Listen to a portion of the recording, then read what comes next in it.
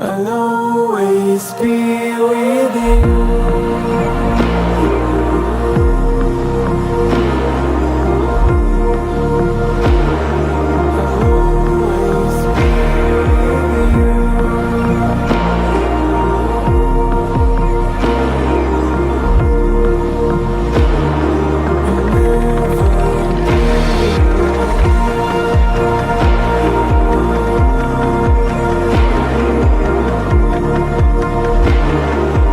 You'll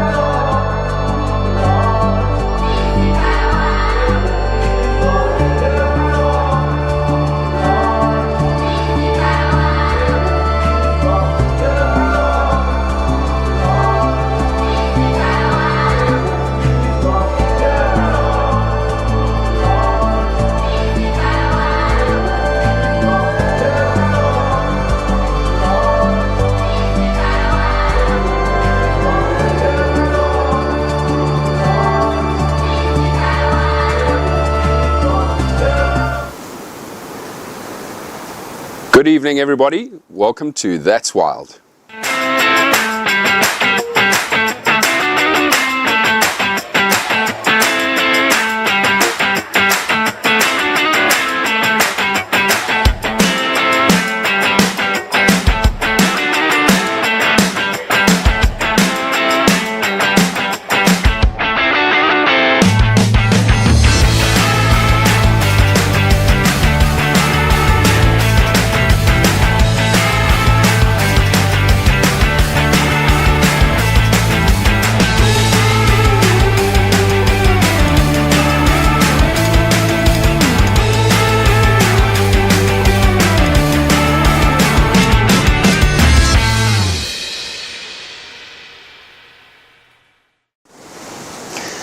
Hello everybody, welcome to a very, very exciting installment of That's Wild. I'm very, very excited about tonight. There's so much awesome stuff that we're going to share with you everybody, and of course joined by our very good friend Grant Beverley, who will be joining us a little bit later in the show.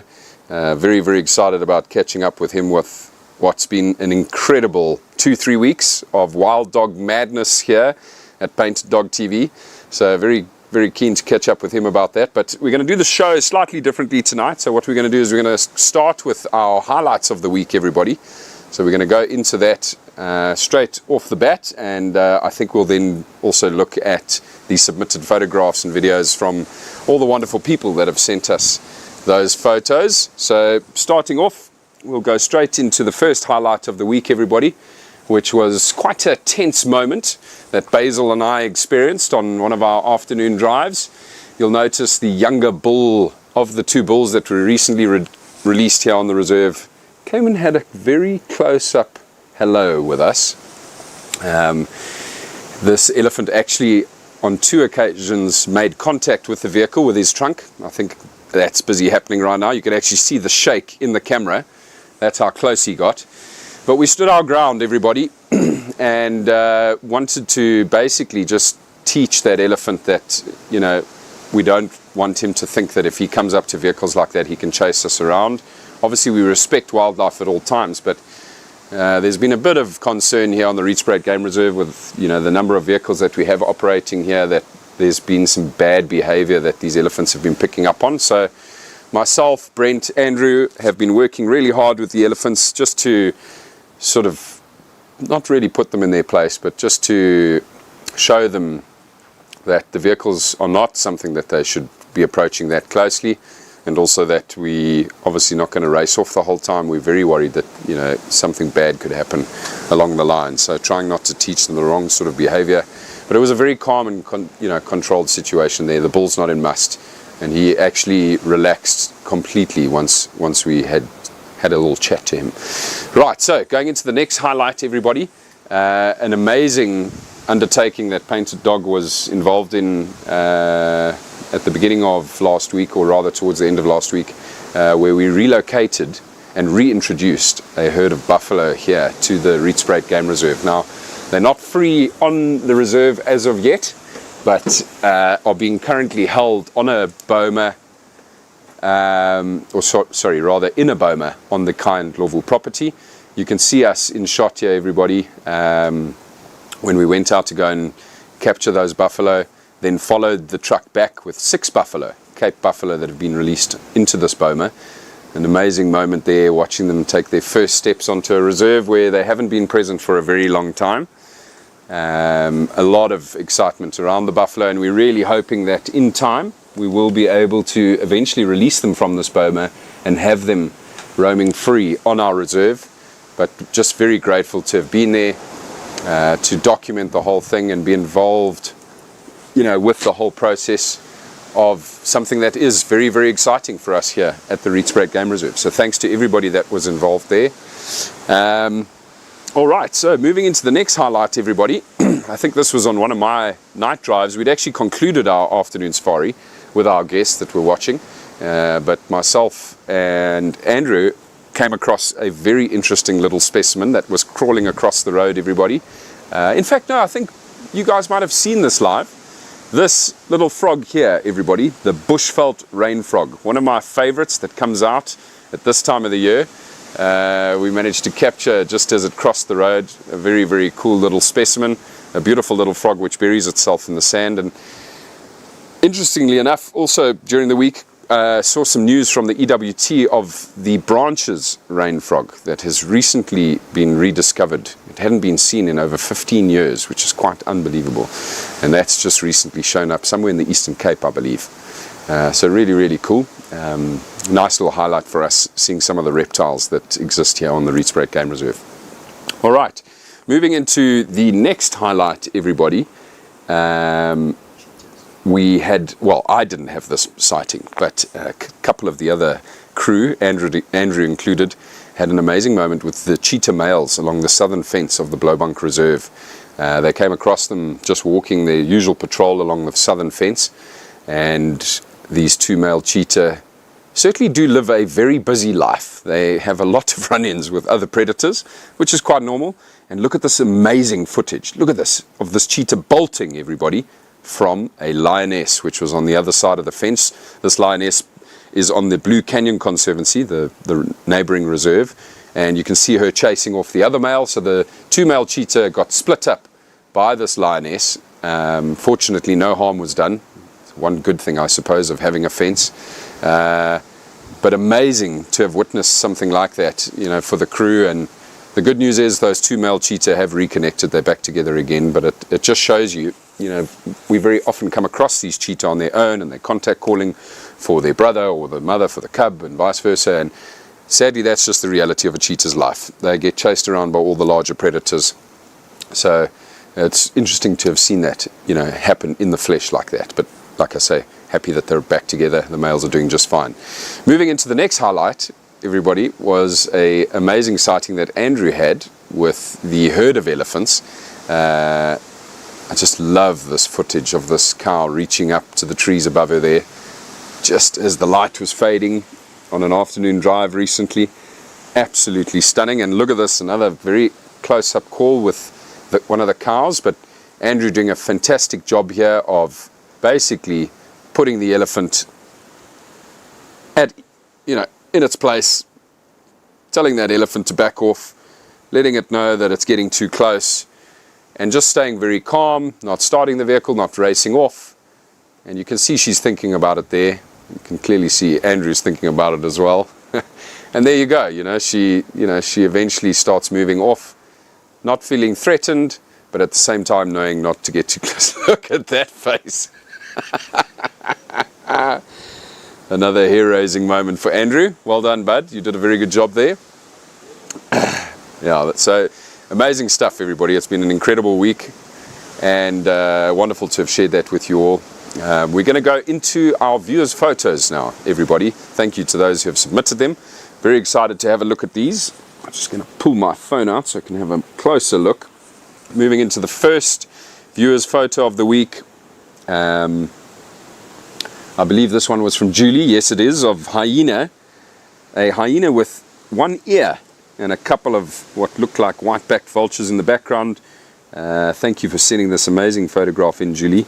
Awesome that you got to see the 4 different species of vulture in that sighting as well. It's amazing photograph. And yeah, that ear that's missing, most likely from fighting. Hyenas fight often. Obviously we know they've got a strict hierarchy within their clan, but obviously they also have territorial fights with each other as well, and it's quite harsh to watch when they fight. And you watch how these hyenas literally rip each other's ears off.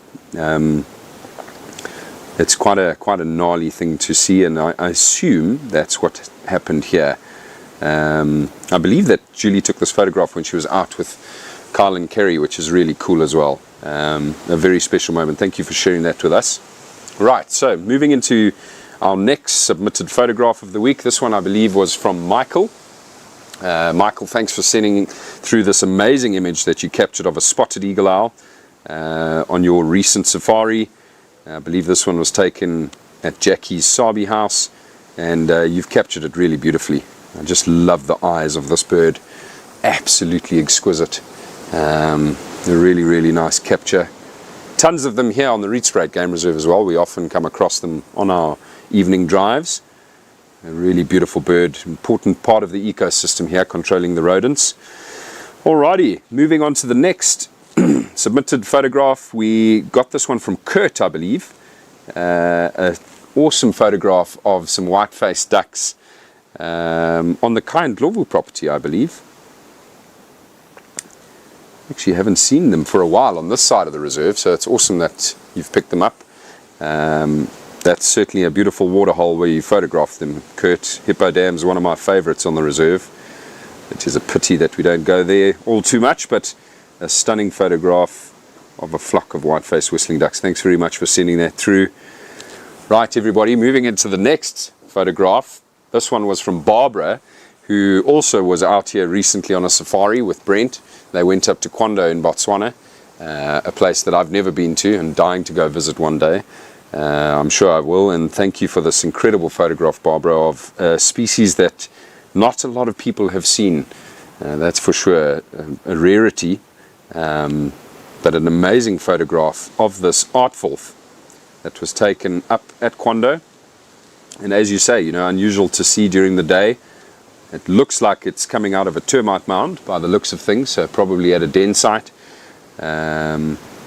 Just such a cool photograph.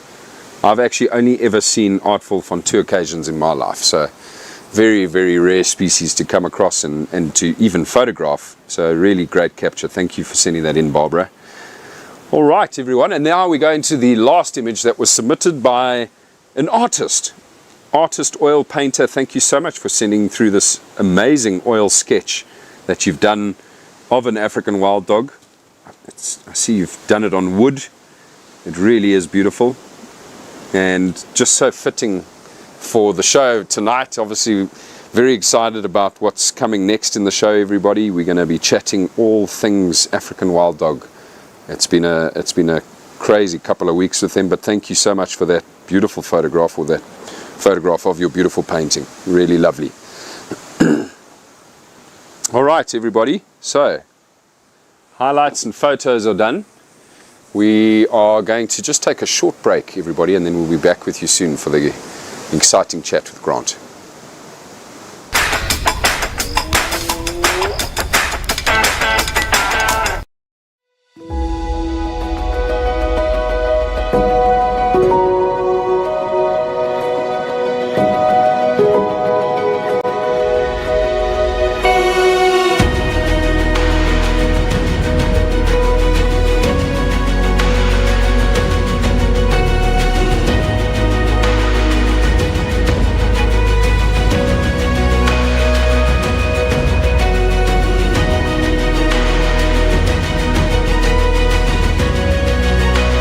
Very spoilt here on the Rietspruit Reserve.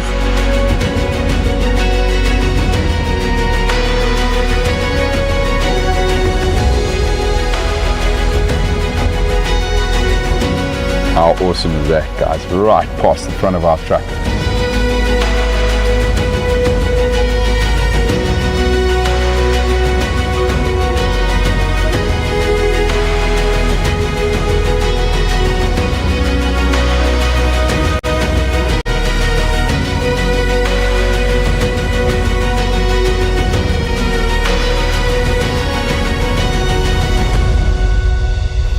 Look at that, everybody. They are just unreal.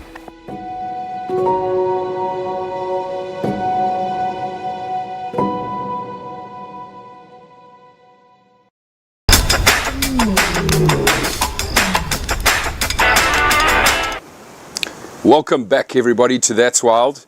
Very, very excited to have you with us this evening, and of course to have the wonderful Grant Beverley join us. Thank you, sir. Thanks, Gareth. Always a pleasure to be here. I mean, Painted Dog TV, Wild Dogs, I guess it's going to happen. Makes sense. It's going to happen fairly often that I come on. But yeah, obviously a lot's happened. A busy couple of weeks on the Wild Dog front, and once again Painted Dog TV coming to the party with the support and helping out. So yeah, good to be here. Okay, man, it's really good to have you with us. And yes, indeed, folks, it's been a very busy couple of weeks, as mentioned, for Painted Dog, for Grant, for the EWT. And we're going to go into what we've been up to with these dogs, starting with the relocation of some wild dogs which had broken free from the Salati Game Reserve and actually ended up in some mines just to the north of the reserve, which of course was quite a concern for those pack members. And so, yeah, we spent a lot of time trying to round up that pack. It was a lot of hard graft, actually, in the end. A lot of time spent in the chopper, a lot of time spent, you know, bringing them back onto the reserve, and it was chaotic because it didn't always go to plan. Yeah, look, I mean, when catching or when darting an individual wild dog, it often doesn't go to plan. So you start at plan A and hope that everything goes smoothly before you get to plan Z, but it almost never goes according to plan, and that's with darting an individual wild dog. So when it comes to catching an entire pack of wild dogs or an entire group, even if it's a dispersal group, I mean, so obviously the followers or your guys' followers have seen, or a lot of them were part of the live feed and had seen it, and you know, the amount of logistics and planning that goes into an event like that, or to a capture like that, is just, you know, in such a short space of time. Yeah, it's got to happen quick. It's got to happen quickly, but it's also following protocols from years of experience, and you know, we're fortunate to, in terms of the footage here, to have a guy in the Rietspruit area like Jerry McDonald, you know, from a helicopter pilot point of view, the capture team, the vet crews that we work with, your guys' followers and supporters that had financially contributed towards it, and you know, the crux of this is, which, you know, was mentioned on the day, is that, you know, this relocation of 21 individual wild dogs is as a result of the dogs doing too well. Yes. You know, it was a very successful introduction. Two females had pups this season. Multiple females had pups last season. So the pack did well in the absence of a high density of other lions. And unfortunately, then just went into an area that was not sustainable for them to be in. And that's why then this massive capture operation happened. But it's a huge effort. It's stressful. It's stressful for the dogs. It's stressful for us. It's stressful for the vets. And even if everything goes to plan, it's still stressful. But everything never always goes to plan. So it was a hell of a couple of days to get that entire pack of dogs safely caught and relocated. So talk us through it again quickly. So was it the whole pack that was running through the mines? Yes. Okay. So the whole pack had actually left the Salati Reserve on multiple occasions over the last couple of months. So this is not a knee-jerk reaction to the fact that, they've now flown the coop, they've gone off the reserve. They had been lured back into Salati on multiple occasions. They had been chased back via helicopter back into the reserve on multiple occasions. And then unfortunately, once it becomes a human-wildlife conflict situation in terms of livestock being killed, then that, you know, increases the tension for the safety of the dogs.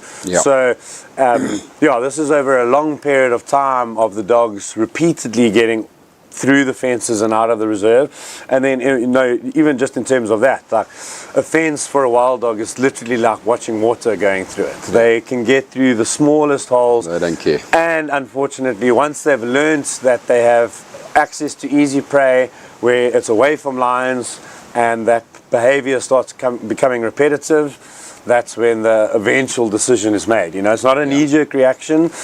And even in terms of capturing an entire pack, you know, because of the difficulties, it's just not possible to dart every single individual, and that's where catching them in that BOMA setup comes in as a last resort to capture wild dogs as a capture method, because you have to catch the whole pack, and it's the last resort, and because it's stressful. You know, it's stressful for the dogs. Jeez, and that was stressful for me, just being there, everybody, you know, watching it all finally start happening, and we got the whole pack running into the funnel BOMA, and then it just didn't work. We got so many. Well, we got them all in the funnel. Yeah, exactly. And then the female turned literally right at the last second, and then from there. So even that, you know, which I think you know, the pups, darting the pups is a difficulty because they're slightly smaller. Yeah. And then also, you know, like the demographics of the pack is they're following the female. So the fact that they were following the female, everything was going to plan, and she just got spooked at that last second, but the pup still got in. And then, you know, a decision was made on the day, which, you know, this is also part of the experience and the 14 years that I've had is you got to make each decision based on what the best outcome is for the animal. Yeah. And she had a collar on, so we left the collared individual in terms of darting until last, because at least you know where she is, you know. Whereas if she got separated from the pups, yeah, and then there's pups running around without a collar, yeah, and they're separated from her, then that complicates it. And that's why then the pup was also darted from the helicopter. But at that stage it started getting hot, and the decision was made to leave her because we can see where she's going with the collar. And then that led on to the next couple of days in terms of following up, yeah, to get that alpha female. exactly. So you're just looking at footage now, everybody, of the setup of this boma that Grant's just been discussing. Look at the amount of effort that goes into something like this, guys. You know, it's immense. I mean, clearing the bush, moving rock out of the way, making sure that the Hessian fences were secured properly with those rocks that you saw being gathered. Obviously then putting up all the cabling, which they ran the curtains on. The funnel had 3 stages of curtains that we would close behind the dogs as they got closer to the end of the funnel. You can see them practicing at this moment here, chasing, or rather running across with those curtains. So it's a big deal, it's a big setup. And you know, as Grant touched on, we got all of the dogs into this funnel, and right at the very end, the alpha female and one of the pups got spooked, turned, and managed to get away from that area. So, you know, that's what Grant's saying. You then have to make decisions on the fly with obviously the wild dogs at heart, and making sure that you're doing the right thing there. So we went out after that, darted the pup, brought that pup back to the rest of its litter, and tried on the female, but didn't have any joy there, and it also just started getting a bit hot, Grant? Yeah, no, yeah. So, and also, I mean, so the risk there is always risk with anesthetic. So even under normal circumstances, and you know, for humans, when you go in for a surgery, it's planned. 8 hours before, you're not allowed to eat, you're not allowed to drink, you're not allowed to exert yourself. And now I've exerted this female, so you know, the decision had to be made not to dart her that day, and that's then what led, just for the safety of her life, you know. Yeah, exactly. So the footage you're looking at now, everybody, is what we were just discussing with the pup. So this is where the pup had been darted by the vet up in the chopper with Jerry, and this was the point where we actually went to go and retrieve this pup, which also blew my mind, that Jerry managed to push this puppy to come and lay down that close to the road, and it's apparently something that he gets right more often than not. No, and amazing pilot. No, and that's, you know, that's a thing, and you know, where we're so privileged within the setup, within, you know, the Greater Kruger area, or this area, and what conservation really is about is collaboration, you know, and we're able to collaborate with so many like-minded individuals that don't even want the limelight, you know. And like, so Jerry's a guy that he doesn't want any recognition for it, but you got to give credit where credit is due, and it is unbelievable to see what Jerry is able to do with, you know, with a wild dog that is covering massive distances, and then, as you say, getting the pup to go down on the road just because he's manipulating them with his helicopter. It's just unreal. And you know, for me, this was a first, everybody. I'd never done a relocation with wild dogs, and to watch Jerry in action, Brent was up in the chopper with him, and we got some incredible footage of that. But just an amazing pilot. Awesome to see the footage here, the close-up footage, for those of you that weren't with us on the day of this little puppy, just being treated by the vets, amazing vets that we had with us on the day, just making sure that it, you know, stayed cool as well. So you'll see the blue water can. The guys constantly were pouring water onto this wild dog pup, just to make sure that it remained cool. Obviously the drugs do affect the body temperature of these animals. And there you can see us now heading back to the trailer where the remaining pups were. We took this remaining pup and teamed it up with the rest of its litter. And yeah, just like you say, amazing to have so many qualified, experienced people who aren't necessarily worried about the limelight, are just here to work together to conserve these incredibly endangered species and animals that we love so dearly. It was awesome being involved with all of that. And then also with it, talking about the like extremeness of the operation, the size of the operation, and we have obviously mentioned it a number of times, but from our side personally, for all the followers, for all the supporters, and for Painted Dog TV, the cost of this they're actually massive. They're massive costs, Right. But that's the cost it's not even a consideration in terms of how do we do this without racking up these costs. It's about, let's do this for the benefit of the dogs, and we talk about it afterwards, Yeah. And Painted Dog TV once again has come forward, put the hand up, and so thanks again to you guys, to the crew, to the followers, for supporting such a massive relocation. And it's not even over, Sure. It's only halfway there because we've relocated them to the Boma, and now there's another step still, Yeah, no, big time. And a massive thank you to our pack members that helped make this possible. Absolutely phenomenal thing that was achieved on the day. Really was. Well, a couple of days. Right, everybody, we're going to go into a short ad break. We'll be back with you again shortly.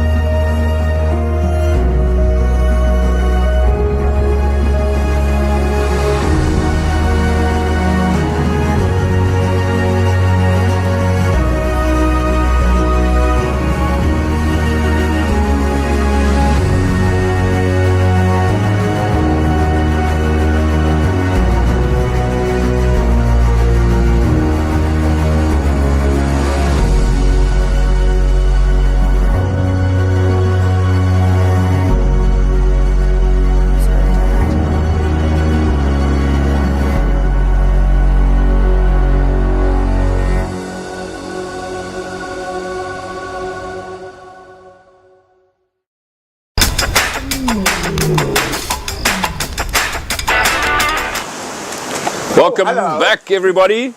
Look who's come to join us. The man. Hello, Brent. I've been sitting in FC.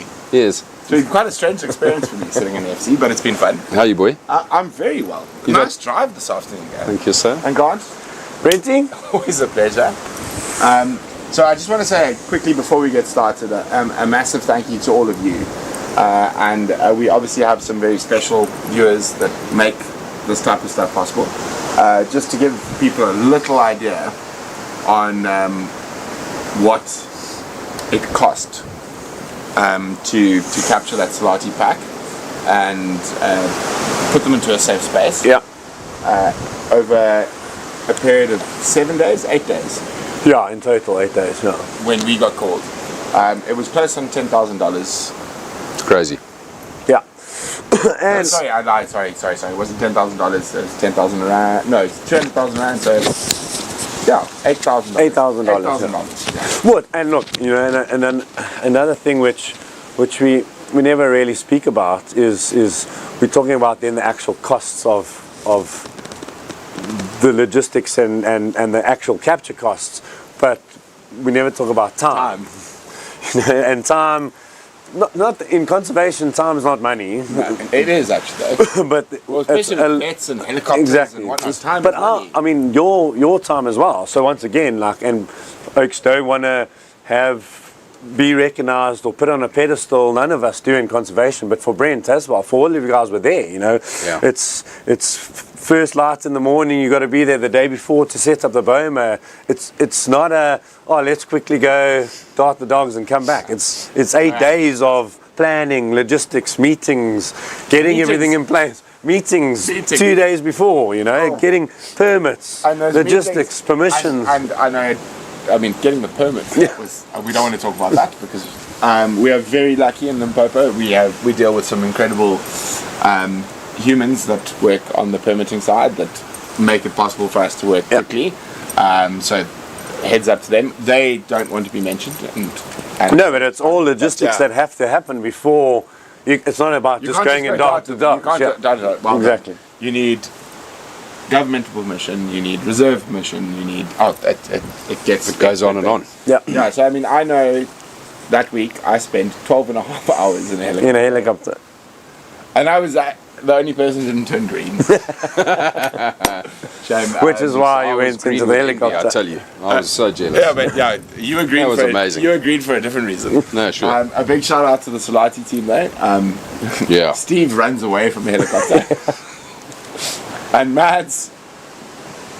Shame. That last point we were pushing the dog through.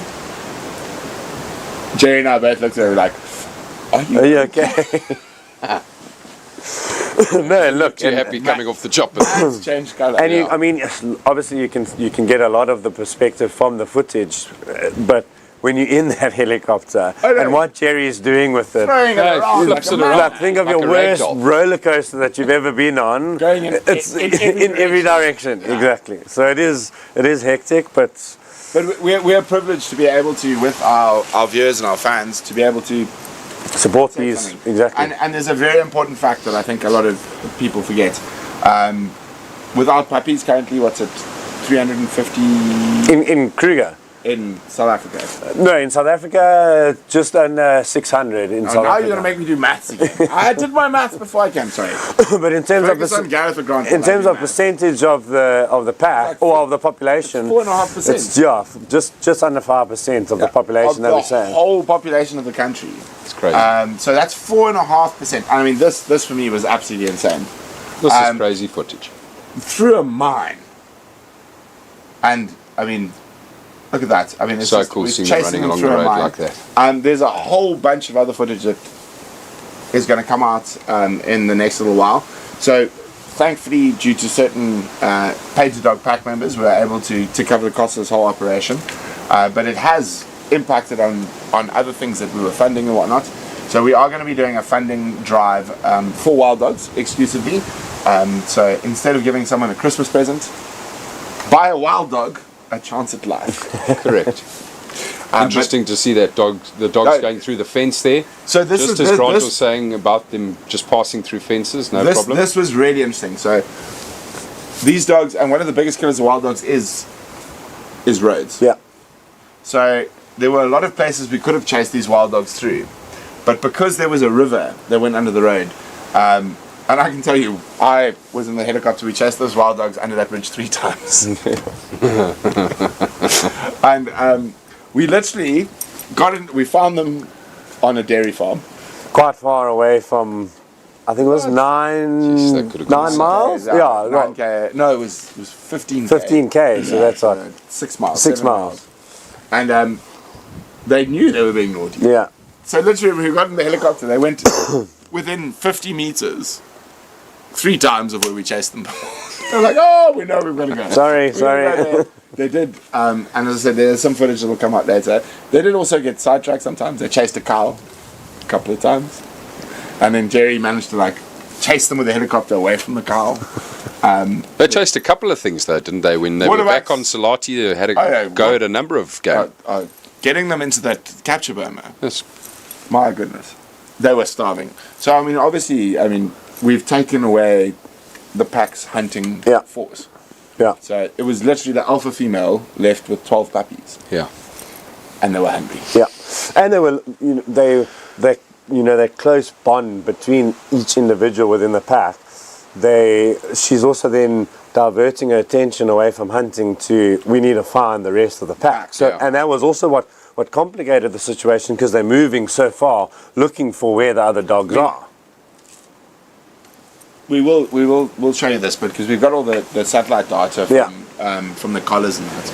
But I mean, once we took away the rest of the pack, she literally bombshelled all over where they'd been in the last month. Yeah. Trying to find them. Even back to where she gave birth to the puppy. She went back to the original den site on an emerald mine of all places.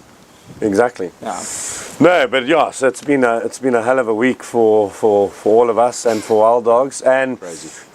After everything, all I know is they've been relocated. They're safe. They all are I know safe is now. every time So I get up early. The one morning, I still got up early, but I took Chloe for a walk. And I live in a little valley, so there's no cell phone signal. So I went walking at about 5:30, and I came back at about 6:30. And there was 100 messages. As I walked into the house, like, we need to leave on the chopper now. Joel's phoning me, Jerry's phoning me. There's like missed calls. I'm like, I'm coming, guys, I'm coming. Shame, poor Chloe. I had to spend the whole day at home by herself that day. But yeah, no, it was absolutely incredible. And to watch Chris and his team. Yeah. Oh, they were phenomenal. They really were. See this awesome footage of the boma there, everybody. Yeah. And so the helicopter footage is still coming. We're still working on how to get it to you properly. But we did have Matt hiding amongst the sheets as the dogs came through. So watch this. I'm very excited to see this. I haven't seen this yet. Matt, you go, there we go.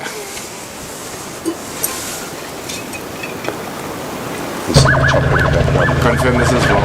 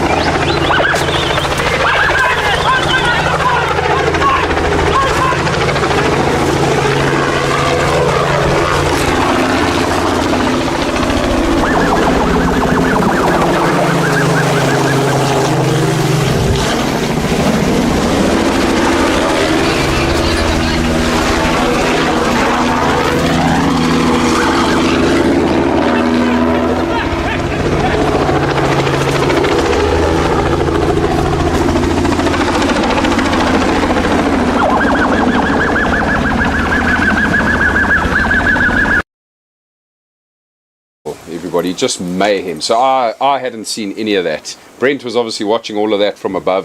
Much you can shouting. see, yeah, and foul language, I'm sure. You can see the chaos that ensued with the alpha female and the pup that unfortunately managed to pull back on the curtains.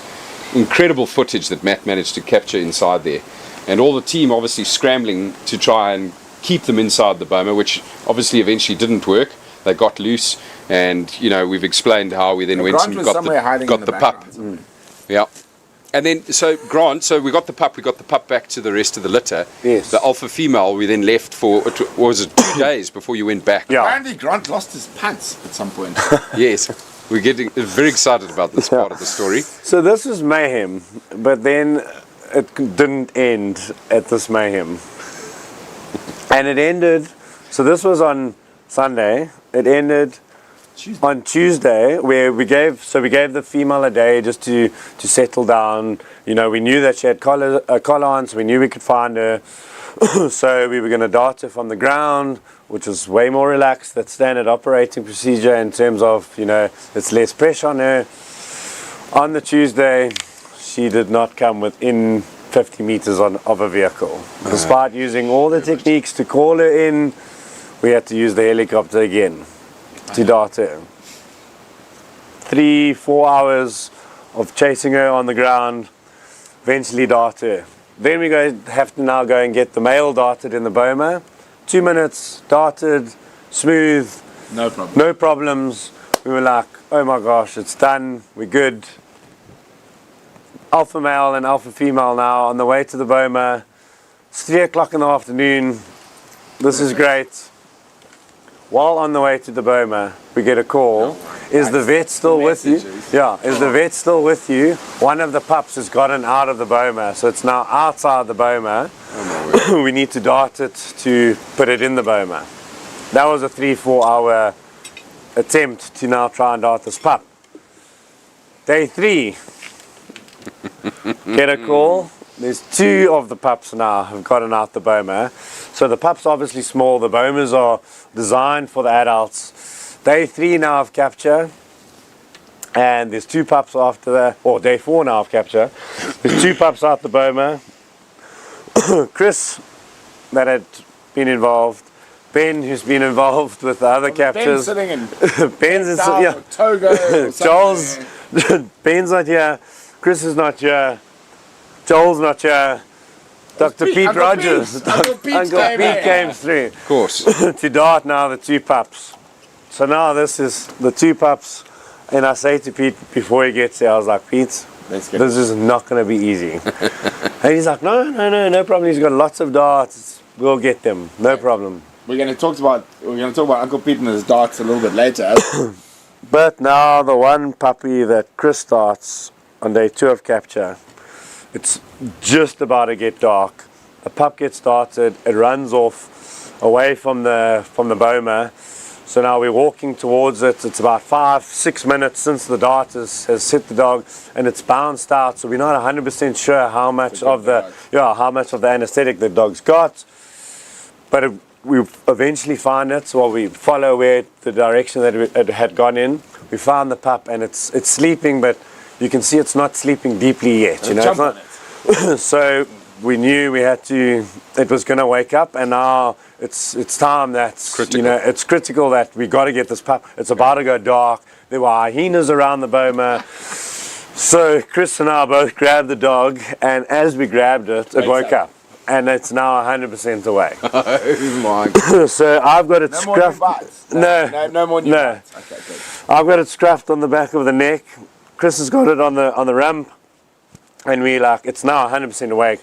We just got to get it into the boma. Right. So we started running to get it into the boma, and unfortunately, I had a wardrobe malfunction. And I'm so sad. Thank goodness. Guys were filming the buffaloes and not filming Grant with his pants down. So I was running to the boma, holding this pup, and my pants fell to my ankles. Oh my God. Trying to shuffle to get to the boma, realizing it wasn't going to happen quick enough. So I just flicked them off. I flicked my pants off with the wild dog still. I said to Chris, he's like, I can't help you. Where were the rest of your helpers? No, because it was so stressful to get this puppy. Everyone else had pulled out. So it was just myself and Chris. So no one else was there. But I ran to the boma, holding the wild dog in your undies, in my underpants. Oh, I'm so sad we didn't film that. Yeah, that's a bit. I mean, you'll have to do that again. You'll have to do it again the next time we're out there. We have to do a reenactment. I'm happy to be in front of camera, but I'm no actor, and reenacting that will not be possible. Unbelievable. No, but so of course that is only one of the wild dog things that's happened this last month. Yeah. So we're going to chat a lot more about the next, well, actually the first. This is the second edition of what's been happening with wild dogs after the short break.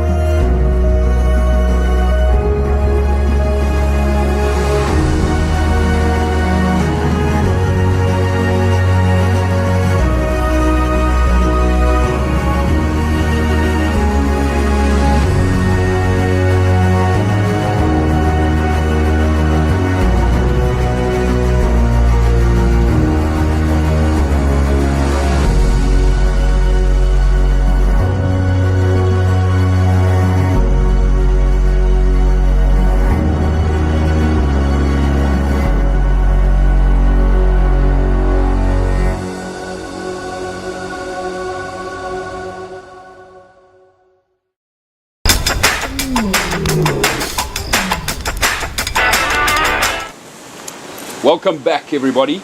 Very, very happy to have you all with us, and very excited to now get into the next crazy chapter, which was a dispersal pack of 5 males. Which, when did you first hear about them being on this side of? They've been causing trouble. Been causing trouble for ages as well. No, not for long actually. So the pack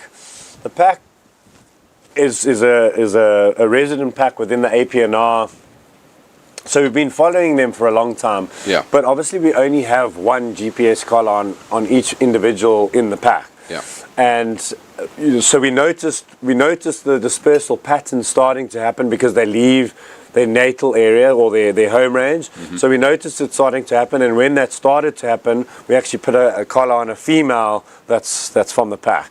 Okay. So, and then they were still together for a while. So it was about a month that they had dispersed, and in that month they were covering massive distances. They went right up into the mountains. Yeah, so they went into Swedini, into the mountains. Jeez, that's incredible. Eh? I mean, I think in that 30 days they had covered.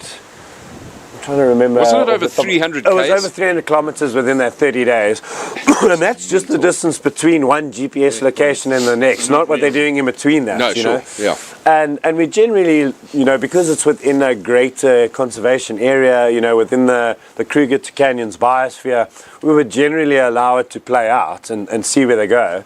And then they had started coming, we were actually hoping that they would come into Rietspruit and Blue Canyon Conservancy on their own, Yeah. but they're looking for other dogs. Sure. So they're not finding any.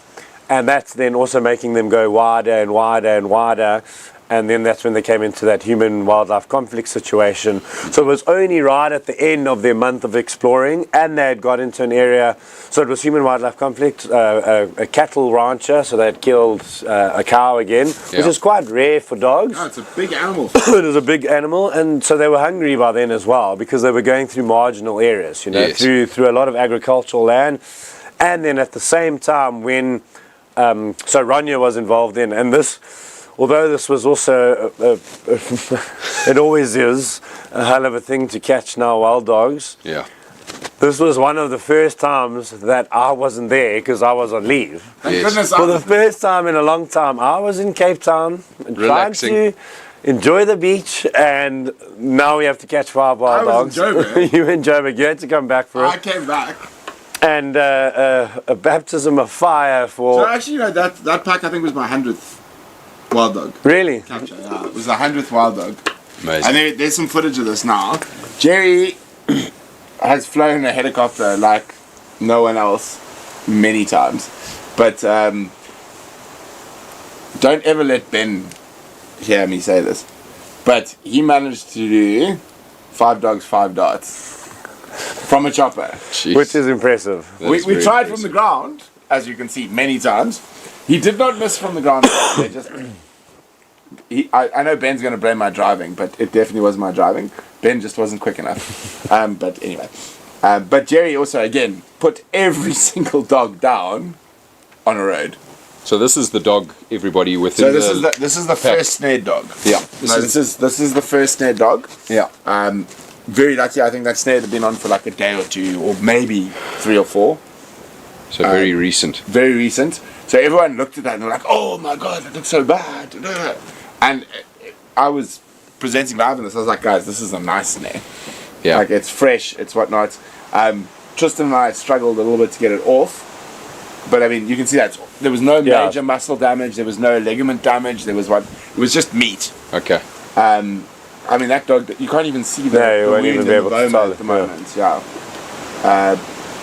So this is the 5 dispersal males. Which are Game. now currently held in the, In the Boma, Boma. which we visit on Game Drive. Exactly, regularly. here on the Rietspruit Game Reserve, and are patiently awaiting some Girlfriends. females, some girlfriends that we're still And, working on. Yeah, that is still working on. We do not have an exact date when we're going to get some girlfriends for them, but it should be shortly. Yeah. Where did you move from this point here, Brent? Was this now straight back to Rietspruit from the footage we're looking at there with that No, dog? I think we were literally darting dogs, Yeah. taking them to Leah and the vet nurses Yes. to start treating wounds, etc. Okay. And the most amazing thing about this, so the 4 and I said 5 boys. The 4 boys were on one side of a tar road, and they kept, one of the collar dog kept trying to go back, and he's an old man. Yeah. Who you will see shortly, who's now known as Eileen, because Jeez, that name. Eileen, we can thank Joffers McCormack for that. Yeah, thanks, Joffers. Eileen only has 3 legs. But Eileen, with the injured leg, couldn't get through the fence. Yeah. So the other dogs kept going back. Sorry, go again, Yana. So the other dogs kept going back. But Eileen was an amazing collaboration. And again, a massive thank you to our painted dog viewers who have actually paid for Eileen's surgery. We have had to steal some money from Eileen's surgery to pay for the Salati dogs. So we are going to be doing a fundraiser in the next little while to raise some funds for Eileen to cover the surgery costs and whatnot. And I mean, it's a collaboration between Ben and Joel and Pete Rogers and Debbie English. Debbie did an absolutely incredible job. That surgery, I mean, you can't even see. I mean, obviously you can see it's got 3 legs, but you can't see the scar. I mean, it's just been an absolutely amazing thing, and we're very privileged to have vets as capable as we have around here. Yeah, vital for you. And I mean, and just in terms of that, in terms of the you know, the severity of the wound and the snare, you know, that's a human-induced cause of that injury, and that's why the decision was made also to amputate it in a way that was done properly. You know, it's you could have done it in the fields, which essentially then could have saved the costs, but that dog wouldn't have survived without going through that surgery. And went to ProVet. There we go. You can see I went to ProVet to Debbie. They actually had to remove the whole shoulder. So the snare had cut through every single ligament and blood vessel in the lower limbs. So you could amputate lower, but then the dog's got a stump that's going to hit and catch and get infected. So by removing the whole shoulder is the best way to give the dog the best chance of living. And with animals like wild dogs that are cooperative hunters and whatnot, and also look after that's why I love dogs so much. They look after the weak. Yep. So even if although Eileen is moving at such speed at the moment. He is very capable already. But even if those 3 Eileen legs. doesn't get enough food, the other members of the pack will regurgitate for. They're going to him. support him. I mean, look at for a 5-6-year-old dog, his teeth are in immaculate condition. Very healthy. Very dark dog. And the male with the collar in that group, the older A male, naughty boy. he looks bigger. quite old. Hey, that Yeah, male. he is. He's one of the oldest dogs within the Greater Kruger system. I think he's 10 now this year. Wow. Jeez, yeah. So He's very old. I had a good look at him this afternoon. Wow, look at this footage, guys. Unbelievable. So of course we chose clean not that to is. stream this live because there was quite some Not for gruesome- sensitive Not for viewers. sensitive viewers. So that's why we chose to not stream this live. But I mean, we obviously can show you the nice parts or the not too gruesome parts about this. Probably made Andrew's day. You can see Andrew there getting involved. I actually personally chose not to watch the surgery. Really? Yeah, you know how much of the stuff I've seen. I was like, okay, I've seen enough death and decay in my life. Yeah.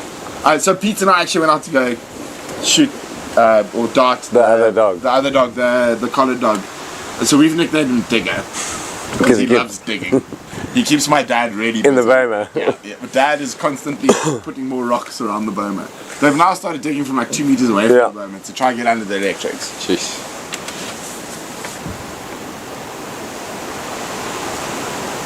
So this is just back here in the boma, everybody, on Just the down the road. Rietspruit. Very close to where we are coming to you live this evening.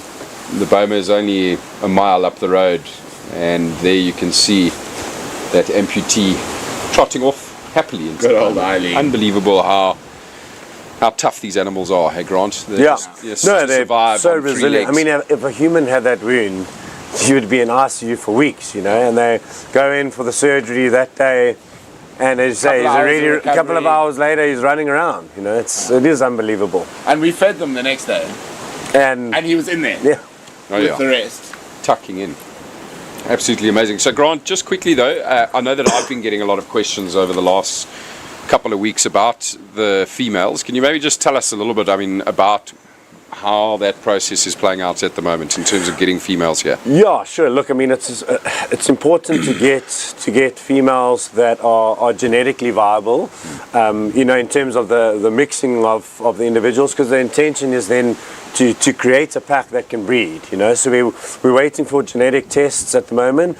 It should take about 2 to 3 weeks that we'll know. We've sourced females that are available that aren't from the area. You don't want females from the immediate vicinity because that's pulling them from a pack that's already a viable pack. Yeah. So you got to get females that are either ready to disperse from their pack, so that age that they 18 to 24 months they're ready to make a new pack, and then we'll bond them in the boma. So we've earmarked some females that are going to come in, and the reason why is this dispersal, that massive area that they're covering. Once you get some females with them, it should theoretically then bond them, and they create a home range then around a central point. Yes. And that's the hope and the plan with them, the males being in the Rietspruit boma. So those females will be introduced and they'll be bonded. And we're going to keep them in the boma for probably a month or two. After that, yeah. Okay. But yeah, like we were saying, just in terms of the relocation of the pack from Salati, there's always logistical constraints in terms of permitting and sourcing the dogs, and so it is all going according to plan. And so probably definitely within the next month, those females will be ready to come in and join up with these males. Incredible. So guys, of course, for our pack members, it is time for you to ask your questions. But before we get to that, we're going to go across to a short break.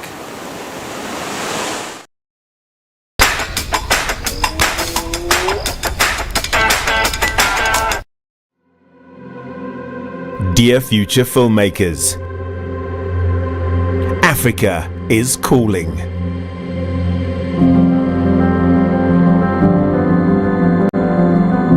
It's time to reawaken your wild.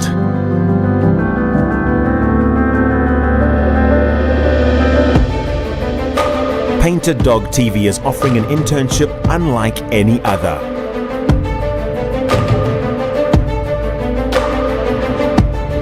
Join our pack and see the world through a whole new lens.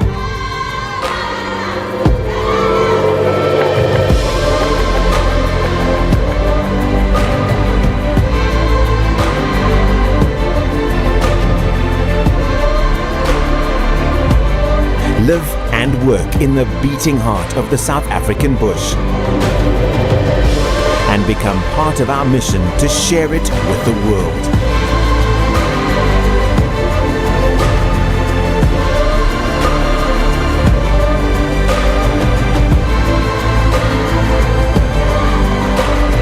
For the love of wildlife. For the storytellers of our future.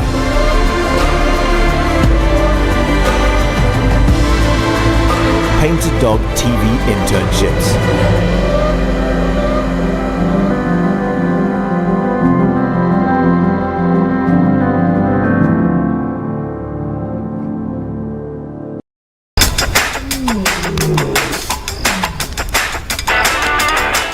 Welcome back, everybody.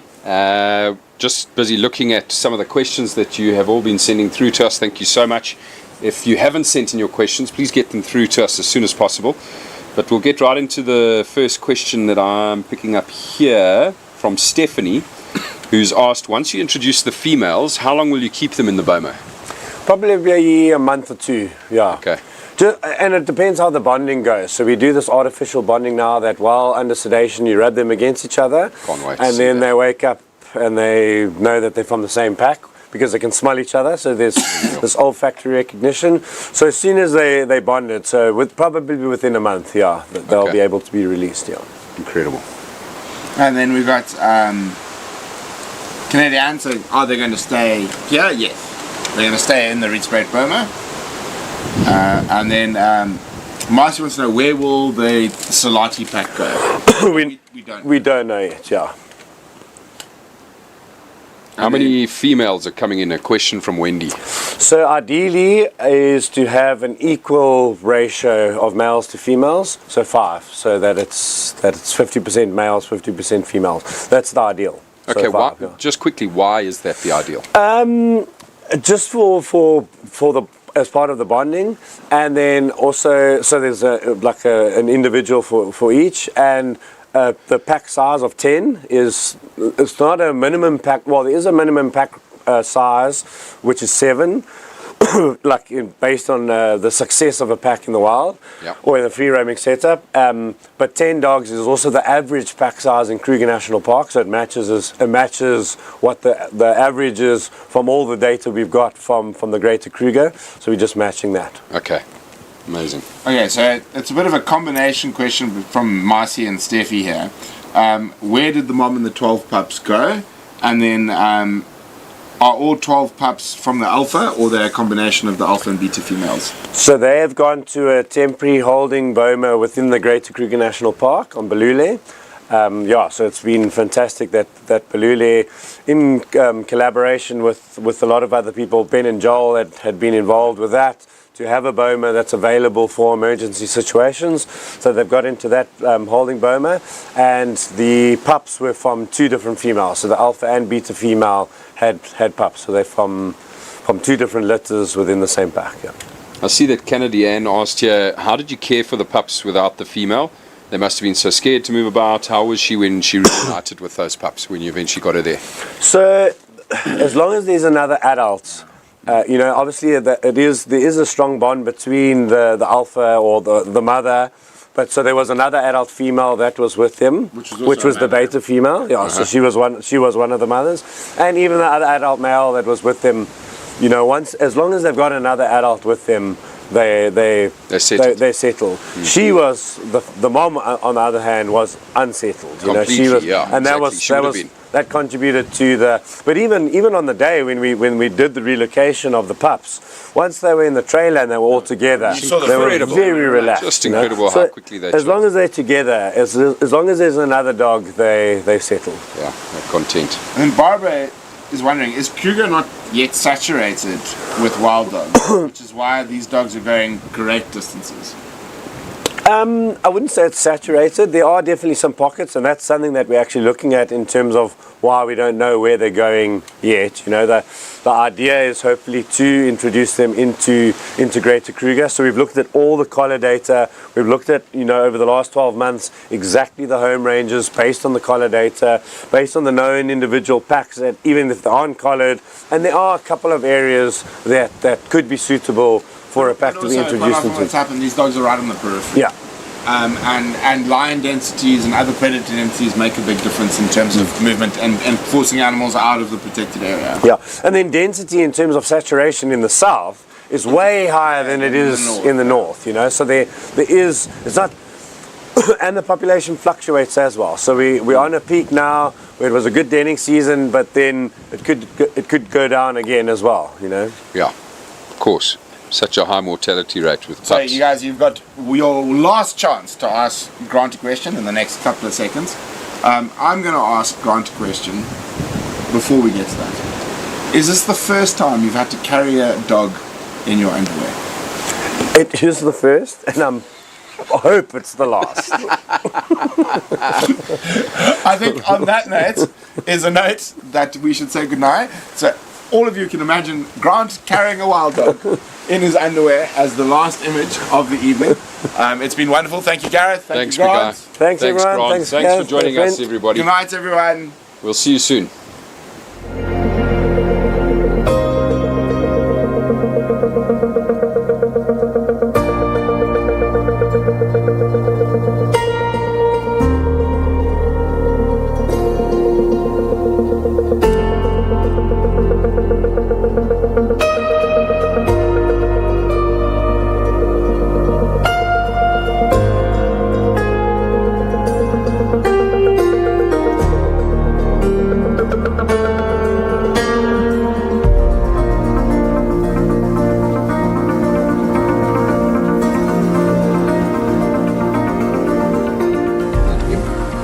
Can you hear us now, Wim? Hello? Hello. Oh, fabulous. How's our signal looking, Jim? Okay, we need the extra stick. Yep. This one's for you, meneer.